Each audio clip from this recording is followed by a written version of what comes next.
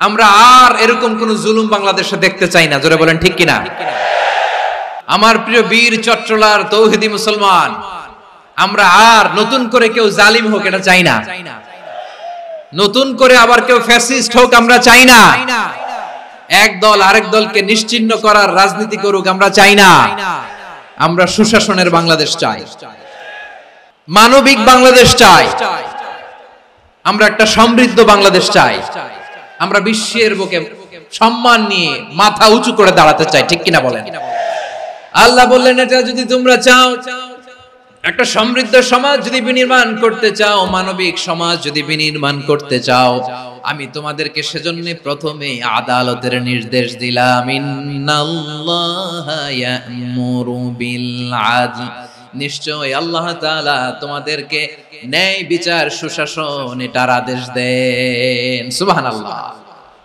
আদাল, ন্যায় বিচারের আদেশ আল্লাহ তাআলা কোরআনের বিভিন্ন আয়াতে দিয়েছেন। আল্লাহ তাআলা বলছেন, ইন্নাল্লাহা ইয়া'মুরুকুম আন তুআদ্দুল আমানাতি ইলা আহলিহা ওয়া ইযা হাকামতুম বাইনান নাসি আন তাহকুমু বিল আদল ইন্নাল্লাহা নি'ম্মা ইয়া'iযুকুম বিহি ইন্নাল্লাহা কানা সামিআম বাসীরা। আল্লাহ তাআলা বললেন,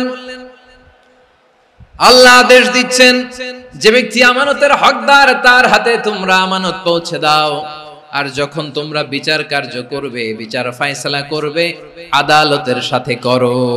সুবহানাল্লাহ বলেন। ওয়া ইযা হাকামতুম বাইনান নাসি আন তাহকুমু বিল আদল, আদালতের সাথে করবা। আল্লাহ তাআলা বলেন, যারা জাজ হবে, বিচারক হবে, তাদের যদি বাদী বিবাদীর কারো সাথে শত্রুতা থাকে, কারো সাথে যদি কোনো ধরনের রেষারেষি থাকে, আল্লাহ বলেন বিচার কার্য করতে যে ওই শত্রুতা রেষারেষির কারণে আদালতের বাইরে যে অবিচার করে বিচার করো না।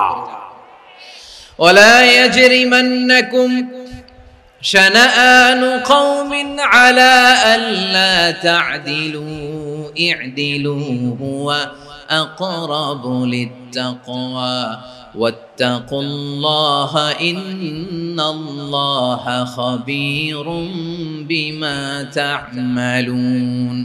খবরদার কোন জাতির প্রতি, কোন গোষ্ঠীর প্রতি, কোন গোত্রের প্রতি আক্রোশ যেন তোমাদেরকে ন্যায় বিচার থেকে দূরে সরিয়ে না দেয়, বরং আমি আল্লাহর আদেশ হলো ই'দিলু, তোমরা আদল করো, ন্যায় বিচার করো, সুবিচার করো, সুশাসন প্রতিষ্ঠা করো।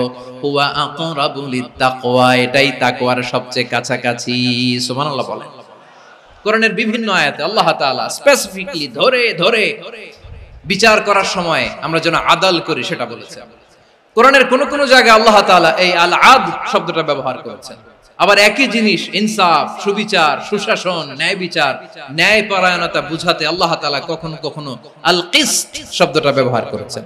আল্লাহ তাআলা বলেন, ওয়া ইন হাকামতা ফাহকুম বাইনাহুম বিল কিসতি ইন্নাল্লাহা ইউহিব্বুল মুকসিতিন।